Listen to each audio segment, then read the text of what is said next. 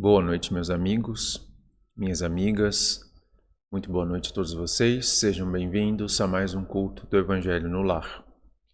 Hoje, dia 10 de agosto de 2025, reunidos estamos mais uma vez para nos aproximarmos dos ensinos deixados por Jesus, seguindo as reflexões que Emmanuel nos traz sobre o Evangelho de Mateus, procurando essa conexão com o pensamento do Mestre, para além das ideias da Terra, dos sistemas religiosos da Terra, buscar essa conexão com Jesus, com Cristo, com essa força cósmica que mantém a nossa vida aqui, que nos concedeu mais essa encarnação, e que é a nossa esperança, é a nossa consolação, é a nossa garantia de que a luz perseverará sempre.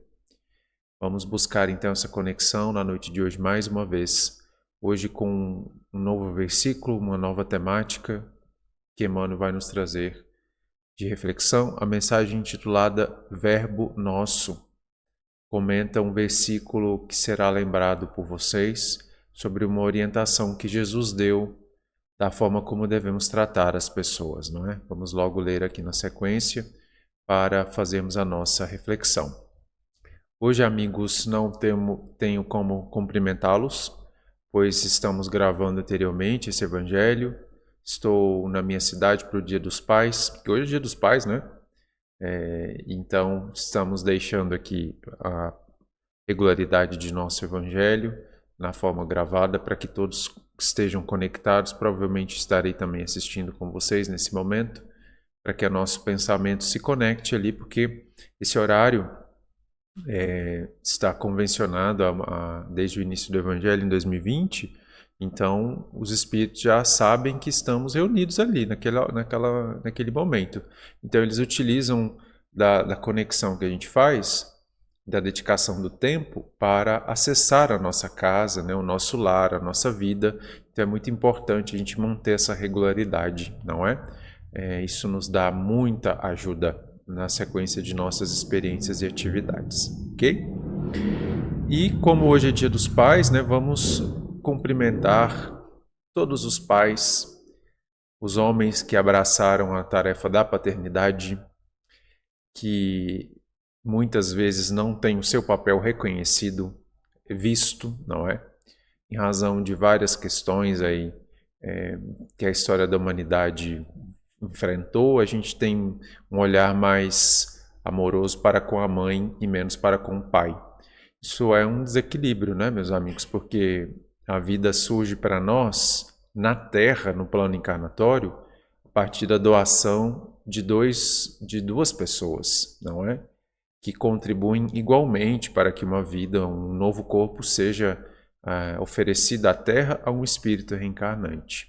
Então é necessário termos a mesma reverência, honraria e dignidade que temos para com a nossa mãe, oferecê-la também ao nosso pai, pois de ambos recebemos a vida e em nós tem metade de cada um, Então, se a gente tomar partido entre eles, você vai dividir a si mesmo, não é?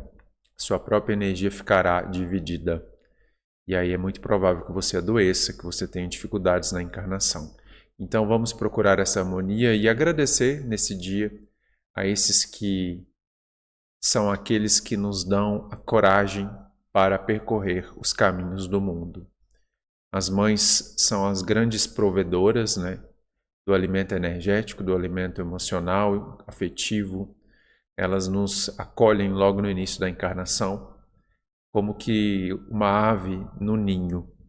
No entanto, é o Pai quem tira-nos do ninho e nos mostra o mundo, para que a gente tenha a força para agir no mundo. É muito importante termos essa noção, senão teremos uma vida muito fragilizada, justamente porque a energia estará dividida. É necessário que ela esteja integrada. O que um oferece e que o outro oferece, ambos têm a sua importância e o seu posicionamento, ok? Então, que Jesus abençoe a todos os nossos pais, todos aqueles que já deixaram o plano encarnatório, estão no plano espiritual, também recebam nesse dia nossa gratidão pelo que nos ofereceram, primeiramente a vida e depois pelo que puderam oferecer, porque o mais importante é oferecerem a vida. Alguns podem oferecer um pouco mais, outros um pouco menos, mas independentemente disso, a tarefa se fez. Agradeçamos então a todos eles por isso, que eles recebam no seu coração a nossa gratidão, a nossa alegria, a nossa honra, e que possamos dizer a eles, estejam encarnados ou não: obrigado, Pai, que eu possa fazer na vida algo de bom em seu nome, não é? Pois a vida veio também por ele, ok? Seja essa mensagem então para eles na noite de hoje. Vamos fazer a nossa oração e seguimos com a reflexão da mensagem. Coloquem a água para ser fluidificada na quantidade que desejarem para a família. Se tiverem alguma necessidade específica, não é? Um pedido de ajuda específico para um membro da família ou outro, coloquem separadamente, não é? Então coloca lá uma garrafinha para a mãe, a outra para o cachorro, a outra para a irmã, a outra para quem for, a necessidade específica, não é? Então está passando por uma dificuldade X ou Y, então coloca separado e faça o seu pedido. Olha, eu peço assistência, mesmo que ele não esteja presente no Evangelho, né? Se ele tiver abertura para receber essa ajuda, claramente, né? Você faz e diga: olha, peço ajuda para essa pessoa nessa questão que ela está passando. Com o seu pensamento, faça o pedido, coloque ali, deixe a água durante todo o tempo do Evangelho e depois ofereça à pessoa que você designou, ou a você mesmo, ou se estiver junto assistindo, ok? Isso é importante, porque aí os Espíritos conseguem direcionar melhor a ajuda, ok? Vamos fazer a nossa oração e depois seguir com a reflexão da mensagem Verbo Nosso.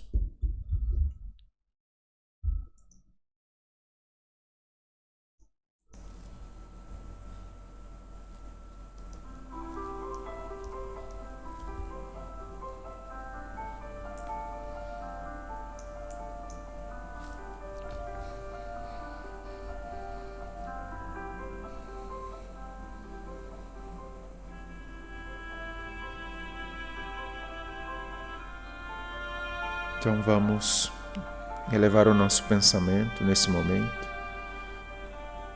pedindo a presença do Mestre Jesus.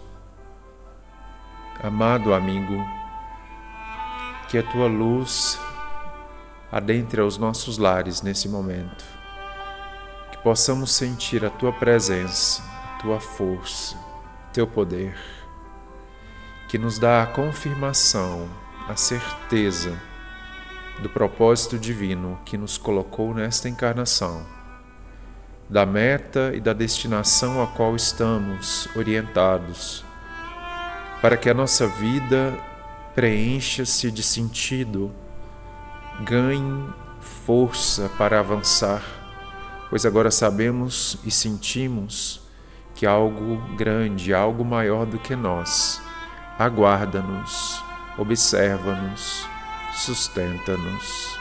Que possamos ter essa certeza, Senhor, ampliando a nossa fé e a nossa conexão com o propósito divino, que nos torne claro, Senhor, nesse momento, a que viemos aqui, o que nos traz a esse plano encarnatório mais uma vez, qual é o propósito esperado por nossa alma para esta vida.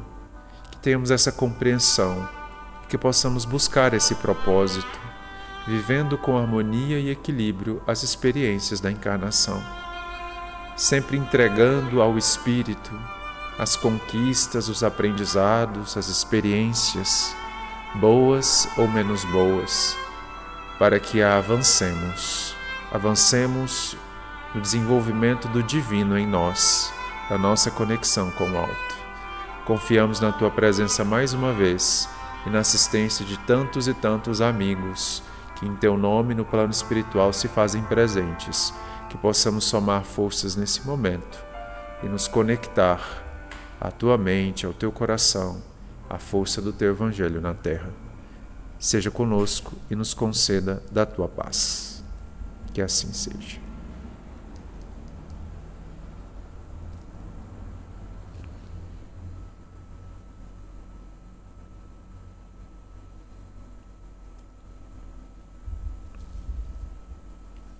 Ok, meus amigos.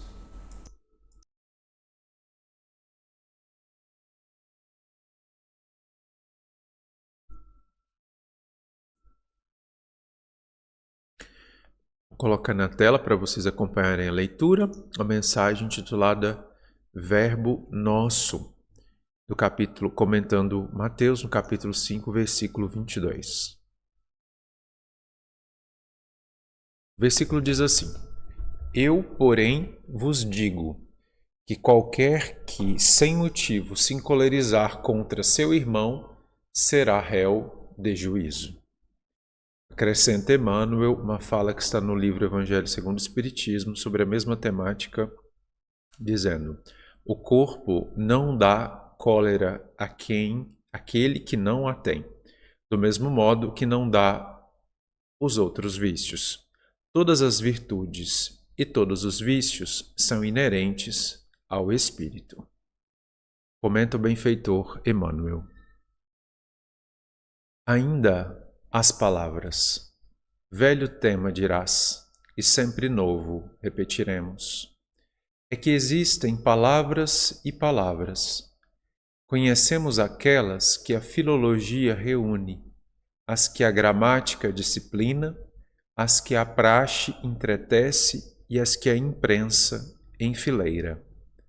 Referirmo-nos, contudo, ao verbo arrojado de nós, temperado na boca com os ingredientes da emoção, junto ao paladar daqueles que nos rodeiam.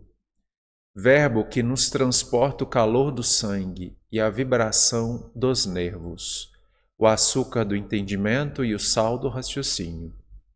Indispensável articulá-lo em moldes de firmeza e compreensão, a fim de que não resvale fora do objetivo.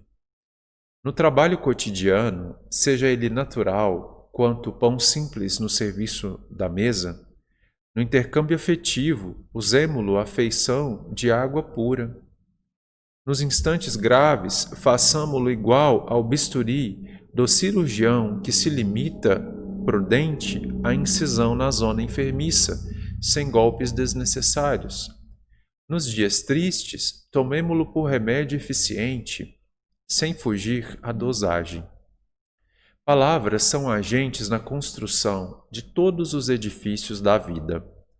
Lancemo-las na direção dos outros com o equilíbrio e a tolerância com que desejamos venham elas até nós. Sobretudo, evitemos a desconsideração e a ironia. Todo sarcasmo é tiro a esmo. E sempre que a irritação nos visite, guardemo-nos em silêncio, de vez que a cólera é tempestade magnética no mundo da alma, e qualquer palavra que arremessamos no momento da cólera é semelhante ao raio fulminatório que ninguém sabe onde vai cair. Ok?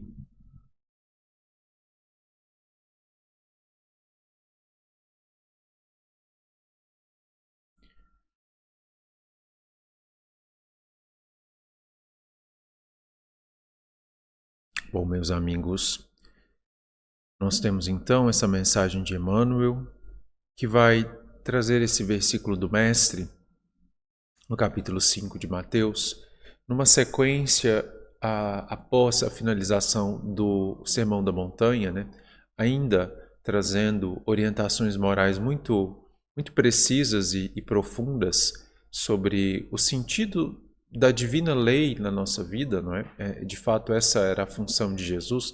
O discurso do monte das bem-aventuranças tem essa estrutura e o que se seguiu depois também. Esse versículo, meus amigos, ele vai iniciar uma sequência de comparações que Jesus vai fazer entre a orientação da antiga lei, da forma como era interpretada naquele tempo pelos judeus, e a orientação que ele trazia na qualidade de Cristo. Então, aqui ele vai fazer o confronto entre uma mensagem já constituída na cultura e no valor daquele povo, e algo que ele trazia de novo, mais abrangente, mais profundo, né? É como se ele estivesse anunciando que era chegado um tempo de ampliar a consciência, né? Já era tempo para ampliar a consciência. Então, primeiro versículo em que ele vai trazer essa questão, são vários, vamos perceber nos próximos evangelhos que temos várias analogias em que o mestre confronta a antiga lei com a orientação atual dele. Essa primeira, meus amigos, permita-me ler o versículo anterior só para a gente contextualizar qual é o sentido do que Jesus falou aqui. Ele vai dizer assim: ouviste que foi dito aos antigos, não matarás, mas qualquer que matar será réu de juízo. Eu, porém, vos digo que qualquer que sem motivo se encolerizar contra seu irmão será réu de juízo, e qualquer que disser a seu irmão raca será réu do sinédrio, e qualquer que lhe disser louco será réu do fogo do inferno. Então aqui, meus amigos, nós temos a estrutura do discurso de Jesus que seguirá nos próximos versículos. Ele vai dizer: ouvistes que lhes foi dito. Então ele traz uma recordação da tradição judaica dentro do que ela era entendida e vivida naquele tempo, não é? Mas ele vai e coloca: eu, porém, vos digo. E aí ele vai e acrescenta uma nova lição, nos dá uma nova lição. Percebam, meus amigos, que aqui nós estamos diante do Mestre, do Cristo, não é? Que estava utilizando da sua autoridade cósmica, manifestada ali naquele momento, da sua conexão com a fonte criadora, para ajudar essa humanidade a dar os próximos passos na compreensão dos elementos, né, ético-morais, os elementos de referência para a nossa conduta e para a nossa experiência dentro do plano encarnatório, que é onde evoluímos para subirmos para os planos superiores.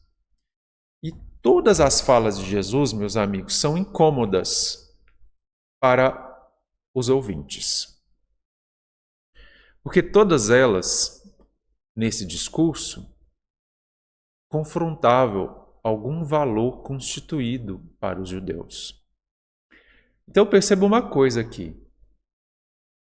A evolução, meus amigos, o progresso moral, o despertar de consciência, o convite para uma vida superior, quando ele chega, ele vai gerar incômodo na nossa vida. Por quê?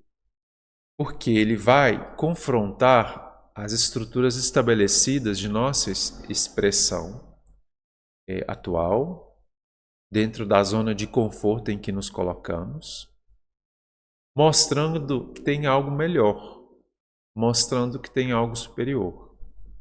Às vezes ele faz isso de forma tão contundente que claramente nos mostra o quão inferior nós temos sido.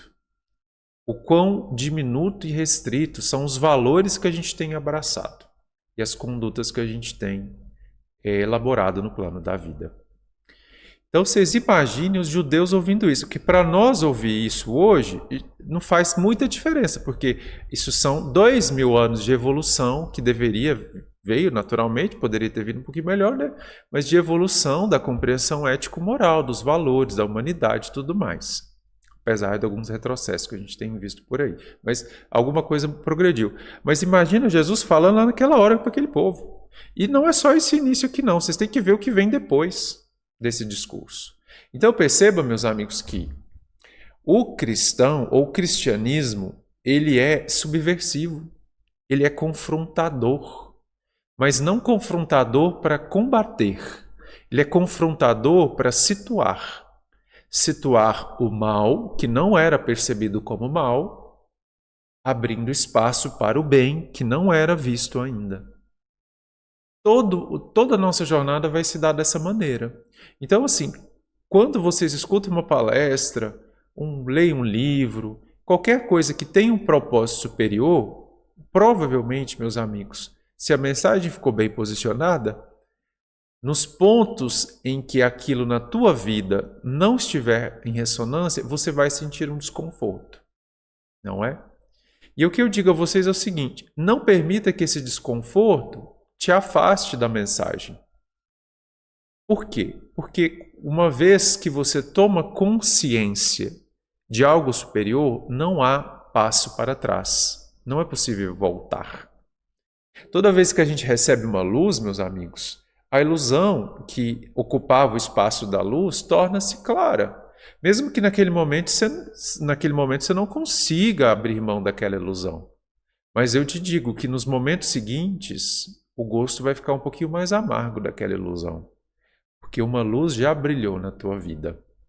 Então respeitem o tempo da alma de vocês. Não é de imediato, quando a gente recebe uma informação nova, a gente já sai por aí flutuando, né? Cumprindo com os desígnios da alma. Não.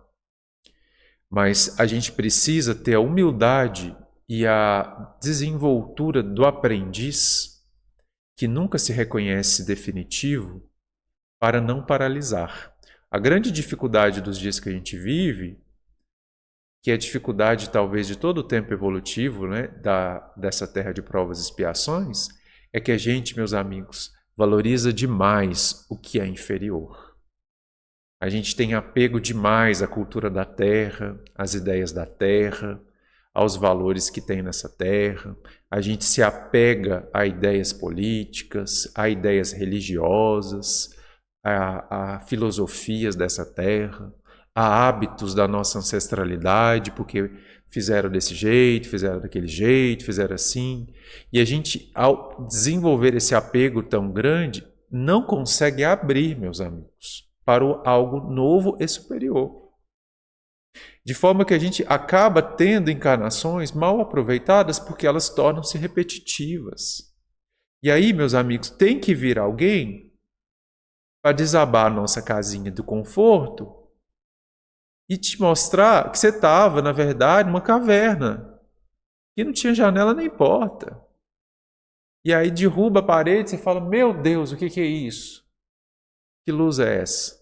Era a luz que você não estava vendo, que não chegava até você. Então, é uma coisa que eu tenho aprendido assim, no meu próprio caminho, compartilhando com vocês, antes da gente entrar na especificidade da mensagem. Para caminhar com Jesus, nos dias que a gente vive hoje, nós não podemos ser dogmáticos, nós não podemos ser apegados demais à terra, precisamos estar aterrados, mas nós não podemos estar apegados às estruturas ilusórias dessa terra. Você tem que ter uma certa prontidão para deixar passar, descartar o que revela-se inferior, e uma certa coragem para abraçar o novo que você não conhece ainda. Porque quando vem uma fala dessa, como Jesus falou aos judeus, os judeus não conhecem esse nível de fraternidade que Jesus estava propondo. Não era esse o sistema de convivência deles. E quando Jesus vai falar, o que vocês estão fazendo é péssimo, vai todo mundo para o réu de juízo, pensa bem a cara que foi para o chão, não é? Mas eles não sabem o que é aquilo que Jesus está propondo ainda. É novo, não foi vivido. Não foi vivido. Então nós precisamos também ter coragem de falar assim, então vamos ver o que é. Vamos ver o que é. E aí, o que eu tenho percebido é que todos os dias, meus amigos, eu tenho que deixar alguma coisa para trás. Todos os dias eu percebo que a minha interpretação das leis divinas, até do Evangelho de Jesus, estavam incompletas. Estava faltando partes. Todos os dias a gente vê pessoas e valores e forças da Terra manifestando elementos que ontem para nós eram valorosos, mas que hoje você olha e fala, nossa, que isso? Aonde é que isso tem valor? Porque a luz chegou para você. E é essencial chegar a essa luz, meus amigos. Por quê? Porque o problema da ilusão é que ela é uma ilusão. Ela não é real. Ela não está sustentada na fonte criadora. Então, por mais doce ela seja, ela vai tornar-se amarga, porque ela não é verdade. A maioria dessa terra ainda percorre caminhos estranhos e complexos que têm levado a humanidade a só sobrar. A nossa jornada está bem desafiadora, não é? Por quê? Porque a maioria das pessoas vive uma ilusão e não quer largar da ilusão. Porque é confortável, porque é conveniente, porque era o que já se fazia, porque eu já consegui me posicionar dentro dessa ilusão, por mais inferior que ela seja, tá bom. Mas aí, meus amigos, não tá bom, não está bom, porque tudo que está afastado da harmonia divina não está bom, por mais que pareça doce hoje. não é? Então, estejamos preparados para entender que ser fiel a Jesus pode, muitas vezes, representar para nós não ser fiel à religião da terra, não ser fiel à política da terra, não ser fiel à cultura da terra, não ser fiel às tradições da nossa família, não ser fiel aos hábitos sociais de nossa comunidade. Muitas vezes, para você ser fiel a Jesus, você vai ter que deixar algo para trás. E inicialmente isso vai ser muito desafiador, porque as outras pessoas vão ficar para trás. E você vai se distanciar delas. E você vai se sentir sozinho. Você fala, meu Deus, será que eu estou certo? Mas aí, meus amigos, aquela força que é da consciência, que fala lá no seu coração, essa vai dizer, você está conosco. A força divina está aqui. Não desista, avance. Em breve, outros virão depois. Hoje, se a luz chegou para você, dê você o passo. Amanhã chegará para eles. Então, é muito desafiador o caminho com Jesus, porque ele nos cobra isso. E às vezes a gente se sente meio sozinho mesmo. Fala, meu Deus, o que acontece? Mas de fato temos que ter a coragem. A fidelidade a Jesus exige coragem. Por quê, meus amigos? Porque estamos numa terra de provas e expiações. Não é possível haver perfeição numa terra de provas e expiações. Há aperfeiçoamento a ser conquistado. Tudo é temporário aqui. Tudo por hoje é assim, amanhã tem que ser diferente. Então, se a gente está apegado demais às estruturas dessa terra, eu vou dizer para vocês, o desfecho não será bom. Não será bom. Muitas vezes eu tenho reescutado os meus evangelhos e às vezes eu falo assim, nossa, eu acho que eu peguei pesado, né, com essa ou aquela mensagem. E de fato, né, tem algumas coisas que a gente fala que são um pouquinho até perturbadoras. No entanto, meus amigos, nós não vivemos um tempo comum. Nós não estamos assim na primeira, na segunda série, né? A gente não está assim na quarta série. Vamos ver se vai para a quinta série. Não. A gente está em mudança de ciclo. A gente está finalizando, sei lá, o terceiro ano. Estamos nas provas finais do terceiro ano do ensino médio. Você não sabe o que será da sua vida depois. Você não sabe para onde você vai. Você não sabe o que é uma faculdade. Você não sabe que caminho você vai percorrer. Então existe indefinição quando se transita de provas e expiações para um mundo de regeneração. E nessa indefinição forma-se o caos, forma-se o conflito, né? Algumas coisas caem, muitas coisas caem. E a gente tem um compromisso de manter o olhar na verdade, no que realmente é. E estamos num tempo de muitas ilusões, então às vezes é doloroso a gente dizer uma série de coisas aqui. Mas o nosso compromisso é com Jesus, né? Jesus chama-nos para fazer algo diferente nessa terra. E ele tem muito poucos aqui na terra que se propõem a isso. Porque o preço às vezes é alto de se pagar. Mas é Jesus, é o Cristo, é a força cósmica que mantém a vida. Haverá medo em percorrer o caminho que ele te propôs?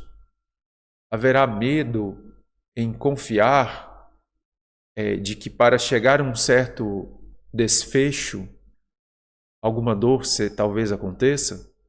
Algo precisa ser destruído para no lugar ser construído? Então precisamos ter coragem, ter humildade, ter essa conexão com Jesus e ter a coragem, a coragem, assim, aquela fé que mesmo não vendo o que está diante de nós ainda, avança. E o caminho com o mestre é assim. E eu digo a vocês, olha, muita coisa a gente tem que deixar para trás. Muita coisa, não é? O bom é que quando sai algo da nossa vida, abre-se espaço para algo novo vir. Então vamos ver aqui o que é o novo que Jesus apresentava aos judeus daquela época, para ver se esse novo ainda é novo para nós ou se já está habitual. Vamos ver, né? Pensa bem, Jesus estava lembrando, finalizada essa introdução longa, né, que ficou até longa, mas Jesus estava lembrando uma orientação que era até cara aos judeus, que era a diretriz de não matar. Não matar. Isso estava no Decálogo de Moisés, muito antigo, 1000 anos atrás do tempo que Jesus estava encarnado. Era uma tradição muito antiga. E aí, meus amigos, o que aconteceu? Entendia-se aquele ensinamento, né, de não matar, e quem matar torna-se réu de juízo, né, comete um erro perante a consciência, perante Deus.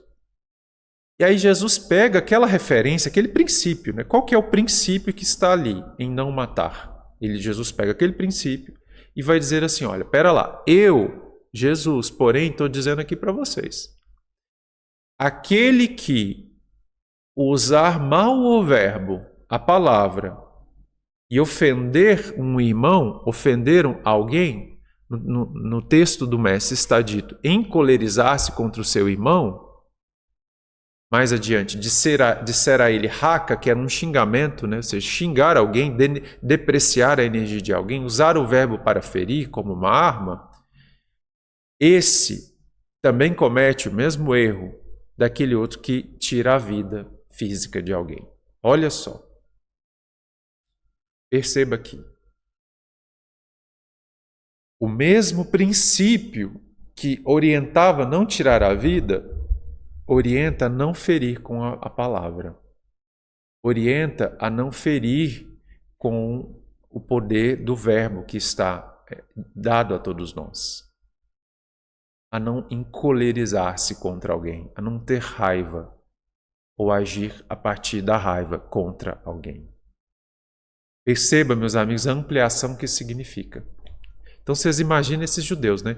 Eles tinham o hábito, naquela época, como eles tinham muitas divisões, né, políticas com outros povos, estava sempre com uma guerra no horizonte, sempre tinha alguma coisa assim, eles estavam sempre movimentados, né, com essas questões. E aí, não muito diferente de nós, aí eles tinham também muitos conflitos religiosos, assim como nós temos, né? E havia um grupo divergente do judaísmo, que eram os samaritanos, não é? Eles têm a mesma matriz, né, da tradição de Moisés, mas a partir de uns certos eventos que aconteceram ali uns séculos antes da época de Jesus, eles separaram-se, né, eles tomaram caminhos diferentes. Então, ambos usam a Torá, o Antigo Testamento, como referência, mas tem divergências entre eles ali, no entendimento e tudo mais. Então, na Samaria, onde havia os samaritanos, que estava ao norte da Judéia, onde estava Jerusalém, vivia esse povo, e eles estavam sempre meio assim em conflito. Aí o que acontecia? Era muito comum você ver um judeu na Judéia, né, fazendo uma oração para que os samaritanos fossem destruídos, para que o fogo descesse sobre a Samaria e queimasse e destruísse tudo. Era comum você ver um judeu usando da raiva, da violência, da agressividade para amaldiçoar os samaritanos, usando palavras com energia bem densa, não é? Para depreciar. Então aquilo era comum. Era comum, talvez, você achar judeus depreciando os romanos que subjugavam aquele povo. Os romanos eram estrangeiros, né, para os judeus. Eles tinham outra origem cultural, mas tinham poder político ali, militar, não é? Eles dominavam aquela província, cobravam tributos. Então era comum você ver aqueles judeus que falando mal, falar, olha, esses romanos e tudo, e soltavam o verbo. Então, pensa quantas condutas se encaixavam nessa fala de Jesus e que eram comuns para aquele povo. Todo dia alguém fazia. Todo dia alguém fazia. E vem o mestre e diz, pera lá, está todo mundo réu de juízo, porque é a mesma coisa. A mesma violência que em última instância tira a vida de alguém, está na palavra que vai ferir alguém. Está na palavra que, usada com raiva, com indignação, com agressividade, rebaixa, ridiculariza, humilha um ser humano. Não importa se ele é samaritano, se ele é romano, se ele é estrangeiro. Percebe? Olha isso, meus amigos, que é o Evangelho, né? O Evangelho tira a gente da casinha. Ele nos abala, fala, meu Deus, e agora? E aí a pergunta que a gente faz é, será que nós, no tempo de hoje, já compreendemos essa fala de Jesus? Vocês usam do verbo para depreciar alguém que vocês não gostam? Vocês usam do verbo para depreciar, amaldiçoar, denegrir, sem propósito nenhum, um político da terra? Alguém que está orientando evolução ou não, né? A depender do que se entende, aí com poder na terra? Vocês usam do verbo para depreciar uma matriz religiosa que não é a sua? Ou para falar mal de alguém, ou depreciar alguém da sua família que você não gosta? Ou o inimigo, alguém que você tem dificuldade de convivência? Ou hoje, né, em razão da ideologização de toda a vida, tudo virou tema de ideologia, as pessoas estão extremamente fanatizadas, você usa o verbo para depreciar alguém que está fora do seu esquema de ideologia, jogando lá no ralo, no poço, no fundo do poço? Pois bem, se assim fazemos, é como tirar a vida, meus amigos, daquela pessoa. Olha que desagradável que era Jesus, não é? Jesus era desagradável. É por isso que talvez vocês possam entender que algumas das minhas falas são desagradáveis de ouvir. Por quê? Porque o convite do Mestre é para a gente sair dos esquemas inferiores da Terra. O Espiritismo é uma força poderosa que reestabeleceu Jesus. E o sentido do que é um espírito evoluir em planos encarnatórios. E a gente precisa ter aquela força para sair da visão estreita do tempo da Terra e olhar por cima do que aquilo representa. Percebe? Então veja, alguém que está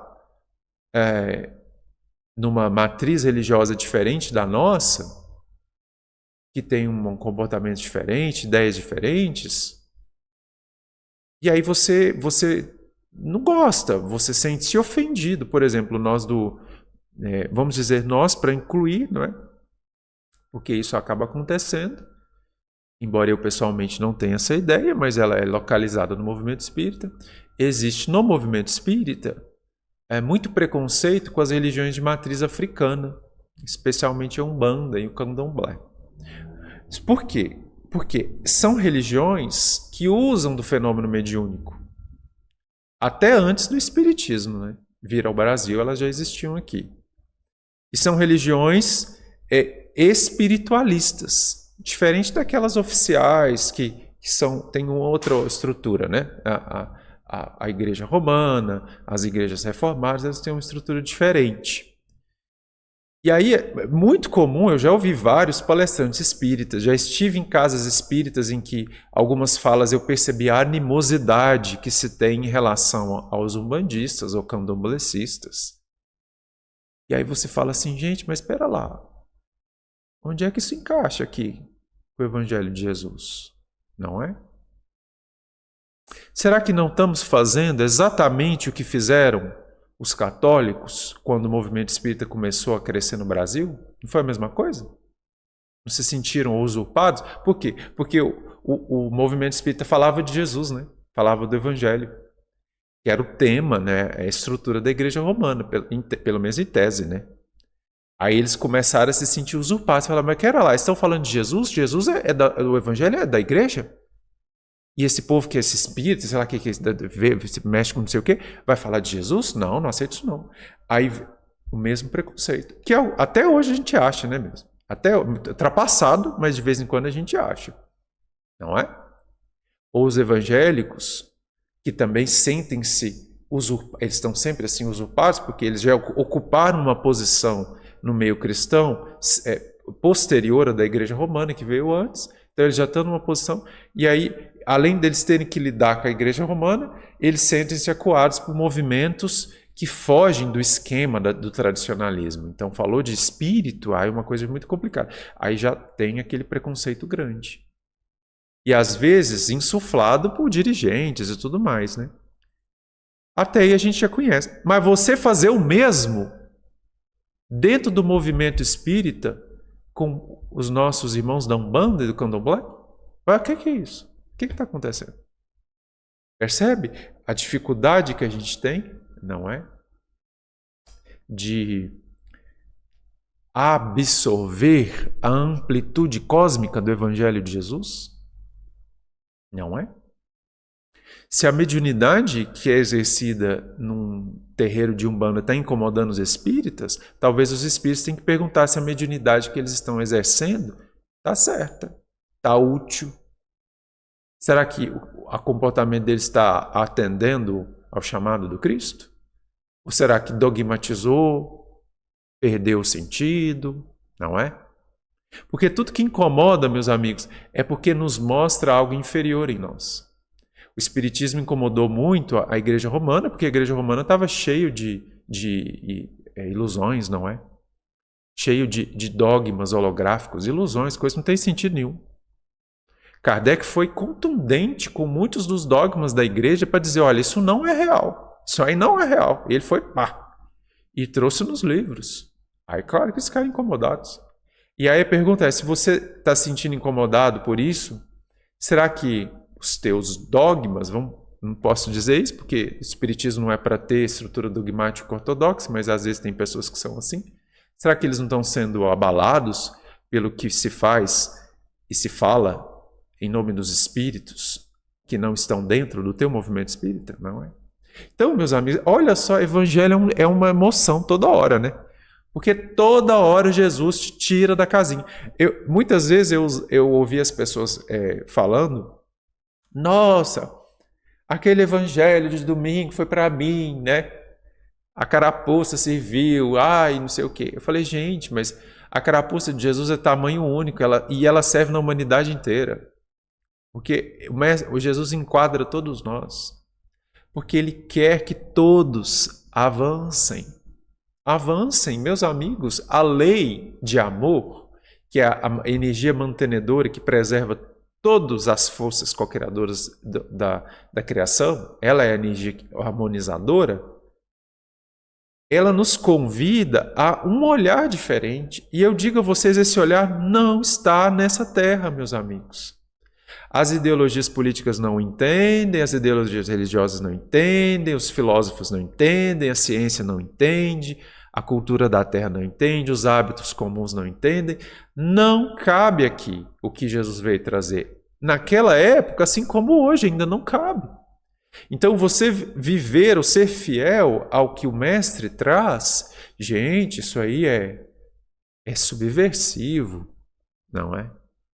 Às vezes eu fico pensando assim, nossa, se Jesus voltasse e encarnasse de novo, quem será que seriam os escribas e fariseus que ele ia confrontar? Não é? Será que não seriam os padres, pastores e palestrantes espíritas de hoje? Até os palestrantes espíritas? Será que não seria? Jesus ia falar, sepulcros caiados, cheio de podridão por dentro e vestidos de branco por fora. Não deixem que entrem no reino de Deus os outros pequenos e vocês também não entram. Será que não seria esse Jesus hoje? Não é? Eu tenho certeza que seria. Porque as religiões dessa terra, meus amigos, muito distantes do Mestre, muito distantes. Não é? O convite que Jesus faz para nós é profundo. Mas em termos práticos da orientação que Emmanuel está trazendo, e precisamos observar, amigos, a cólera não vem do corpo. Porque às vezes a gente fala assim, eu estou com meu corpo, eu tenho uma emoção, você fica com uma raiva, dá um negócio, aí eu vou falando, quando eu vi já falei, já desandei e tal. A raiva é uma emoção? É endocrinológica? Existe uma bioquímica que cria e altera o funcionamento do seu corpo em razão da raiva? Existe. Ué, então ela é do corpo. No entanto, meus amigos, essa endocrinologia que está na matriz evolutiva da nossa espécie é acionada por uma diretriz do teu espírito. Porque a mesma endocrinologia que produz a emoção da raiva em nós, Francisco Cândido Xavier tinha também. Aí pergunta se ele encolerizava com alguém, pergunta se ele explodia e falava o que não devia. Não. Por quê? Porque o espírito dele dava uma diretriz diferente para o corpo. A endocrinologia da raiva, eu falo isso porque é bioquímico, é substância, gente, é substância química. Se a gente pegar um coquetel de substâncias que o cérebro produz e aplicar no nosso corpo, você vai sentir raiva. Não pode acontecer nada. Se você pegasse a porcentagem lá da cortisol, não sei o que, adrenalina, e jogar aquilo tudo na sua corrente sanguínea, num coquetel de uma injeção, que você vai lá, aplica, você vai sentir a emoção da raiva no seu corpo, porque ela é bioquímica. E essa bioquímica está na raça humana. E Chico Xavier tinha também. Mas ele não tinha raiva. Você fala por quê? Porque o espírito dele dava uma diretriz diferente. Então aquelas pessoas assim, que tudo estourou, né? Estoure, pá, falo que não deve. O corpo ficou viciado naquela endocrinologia? Ficou. Está com o pavio curto. Tem que prolongar esse pavio. Mas por que ficou? Porque é o teu espírito. O teu espírito tem violência. O teu espírito tem egoísmo. O teu espírito tem agressividade. O teu espírito tem medo. Porque quando a gente se sente, perde num argumento, o medo nos faz levar para a agressão, né? Não é para não perdermos. Então, meus amigos, a gente tem que olhar para o espírito. Por que eu estou estourado? Por que eu falo que não devo? Da onde vem isso? Sabendo, naturalmente, que quando você abre campo para esse tipo de emoção, você sintoniza-se com forças inferiores do plano espiritual da Terra. Não é? Aí vem a cambada toda em cima de você e o problema fica maior. Mas a porta quem abre é você. E é teu espírito quem produz isso. E o efeito disso é ruim. Emmanuel vai dizer assim, olha, quando vem aquela irritação, e às vezes ela vem, porque ela é endocrinológica, gente. Endocrinológica. No Chico também vinha, só que ele ia lá e segurava. Ele ia lá e modificava aquilo e direcionava. De forma tão com tanta maestria que chegava um ponto em que ele nem mais sentia irritação. Nem mais sentia. Porque o domínio que ele tinha daquilo era tão grande que era muito, mas muito difícil acontecer qualquer coisa que levava ele à irritação. Para nós é muito fácil, né, gente? Pensa bem, né? Saiu uma coisa do rumo, a gente já fica.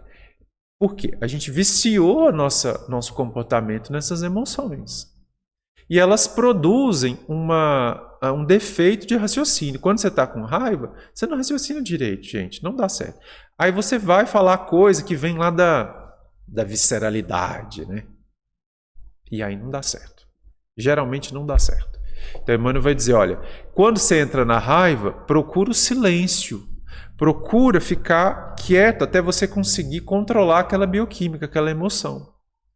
Porque a cólera, a raiva é uma tempestade magnética. É um reboliço de energias dissonantes. E no mundo da alma, qualquer palavra que arremessamos no momento da cólera é semelhante a raio fulminatório, que depois de lançado ninguém sabe onde é que vai cair. Então, olha a analogia que Emmanuel faz. Ele está dizendo, olha, a cólera é como se fosse uma tempestade magnética. E se você permite que saia uma palavra mal colocada, é como se fosse um raio nessa tempestade. E ele desce, você não sabe onde aquilo vai cair, não. Você não sabe o que aquilo vai destruir, não é? E o trabalho que vai te dar para reconstruir.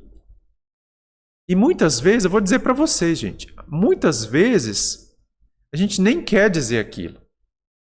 Muitas vezes aquilo nem é realmente assim, a nossa energia real. É uma coisinha que você pensou, às vezes é uma coisinha que você guardou, né? Mas não é assim, não te define, aquilo não te define. Mas aí no momento da cólera, você destrambelha e pá, e fala. E você fica preso na tua própria inferioridade, que você fica pensando assim, gente, por que eu falei aquilo? Não tem nada a ver, né? Mas aí a pessoa vai fixa naquilo. E aí você vai ter um trabalho para refazer, que aí você vai ter que, né, percorrer o caminho da reconciliação, da correção. E o cuidado que nós temos que ter, então, meus amigos, é para observar essas forças que estão em nós, para localizar os gatilhos, né? O que te leva a esse estado emocional de irritabilidade, essa emoção destrambelhada? E perceber que o verbo expressa no nível físico o poder co-criador que a alma tem no nível mental. O pensamento ele tem força co-criadora, ele molda as faixas de frequência da vida. Quando ele é manifestado na palavra, ele tem ainda o mesmo poder. Só que ele sai do teu mundo, densifica no plano material, porque verbo é físico, som é físico, e alcança o mundo de outra pessoa. Então a diferença entre você pensar mal de alguém e não dizer, e depois esquecer aquilo, você pensar mal e dizer é uma diferença muito grande. Porque você traz algo do plano mental, densifica no plano físico e lança no mundo do outro. Olha a distância que você percorreu. Então, às vezes você vai falar assim, eu vou ficar em silêncio, mas eu quero falar. E eu quero falar e vou falar para a boca no trombone. Mas é melhor o silêncio e você resolver depois o que você queria falar e não falar, do que você falar. Porque quando você coloca na terceira dimensão uma realidade e projeta, gente, isso dá um trabalho depois para arrumar. Famílias se dissolvem, grupos espíritas se dissolvem, igrejas se dissolvem por causa de uma palavra mal colocada. Amizades são desfeitas, não é? Você perde um emprego no trabalho, você se desliga de pessoas por causa, às vezes, de detalhes que na raiva você vai lá e fala. Percebe? O risco, isso é um risco. E as forças contrárias usam isso muito, porque eles sabem que a gente é reativo. Então eles ficam ali, insuflando para estourar. Então, meus amigos, muito cuidado, né?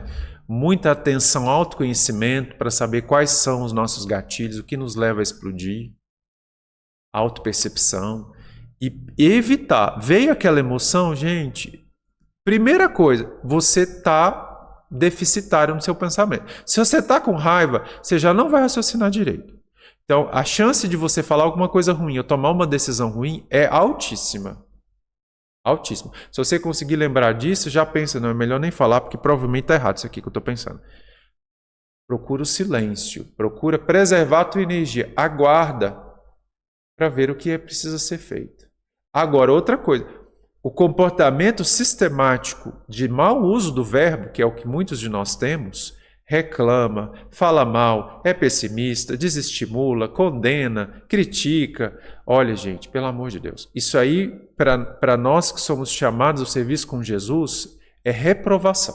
Se você está nessa faixa, você já foi reprovado, porque você sabe que é Deus, que você reflete a força divina, você é co-criador, você cria sua linha de tempo, você é quem te salva, você se salva, você se cura e você está usando todo esse poder para destruir, para abalar, para desfazer, para ser pessimista, para fechar caminho, para fechar portas, para criar muros. Olha, aí já, esse é básico.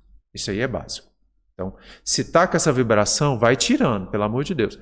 E a cólera precisa de disciplina, muita disciplina, para ela não nos conduzir. Ok? E lembra, né, gente? Tudo isso que a gente faz para a consciência. Para a consciência. Para o mundo pode ser que não, mas para a consciência tem o mesmo peso do que teria se você tirasse a vida de alguém. Então vamos procurar estender as forças da fraternidade real por meio do verbo. Se o verbo não puder falar algo de bom, que ele não seja usado. Que o silêncio ocupe o espaço. Ok?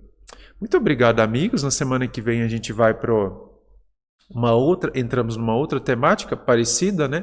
Correlacionada, mas diferente, que vai tomar aí alguns domingos na sequência, porque é bem importante. Obrigado a vocês, então, por terem ficado até o final. Vamos fazer a nossa oração. Já estamos chegando aí às 9 horas. Para encerrarmos então o nosso evangelho.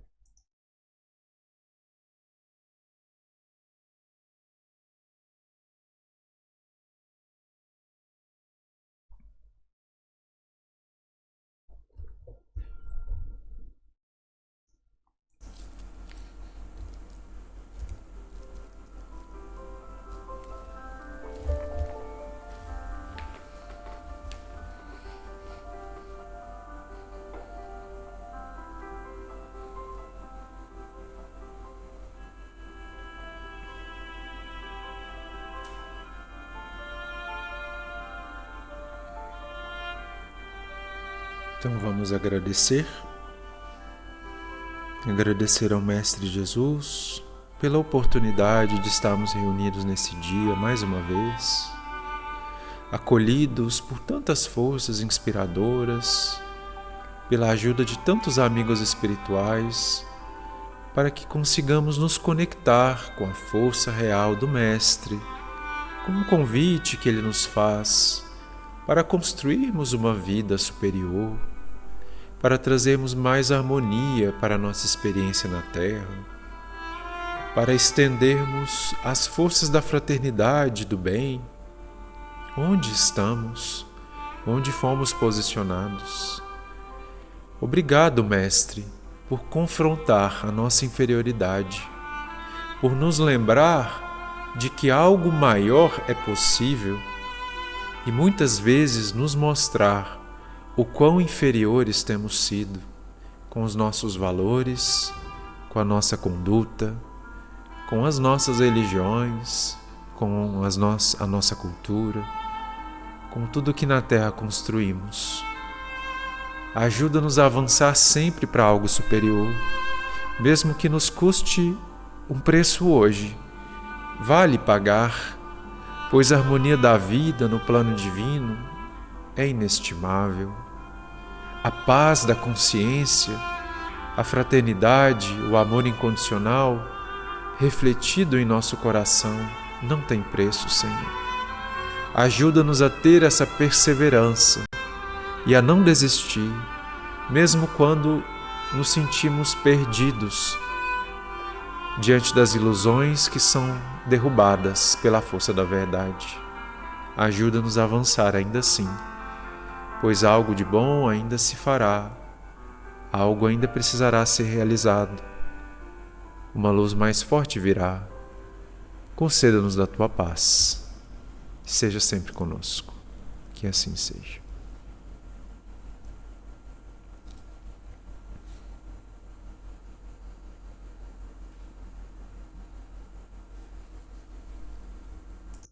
Ok, meus amigos. Muito obrigado, então, pela presença de vocês na noite de hoje. Desejo a todos uma abençoada noite de sono, uma semana muito abençoada, que a gente possa seguir aí nas nossas atividades. Deixa eu ver aqui, meus amigos, quem que é o palestrante dessa semana, né? Agora a gente vai ser dia 12, né? 12 de agosto. Vamos ver aqui no calendário quem que vai ser, não é? 12 de agosto. Ana Maria de Issem, não é? Eu acho que é a primeira vez que ela vem a essa casa, aqui o Bezerra. Virá então Ana Maria de Issem. Vamos recebê-la na sua palestra, então, para que a gente forme mais essa amizade, esse contato com ela que é de outra casa, de Issem. Eu fiz uma palestra, eu acho que lá, até online, na época da pandemia. Salvo engano, lá o centro não sei se é Amor e Caridade, é alguma coisa assim o nome. E ela virá então para nos fazer a palestra agora no dia 12 de agosto. Todos estão convidados a vir prestigiar a sua presença. Na quinta-feira temos os estudos do livro Pão Nosso, normalmente, e no domingo que vem retornamos com o nosso Evangelho. Ok? Muito obrigado, amigos, pela presença de vocês. Fiquem com Deus, muita paz.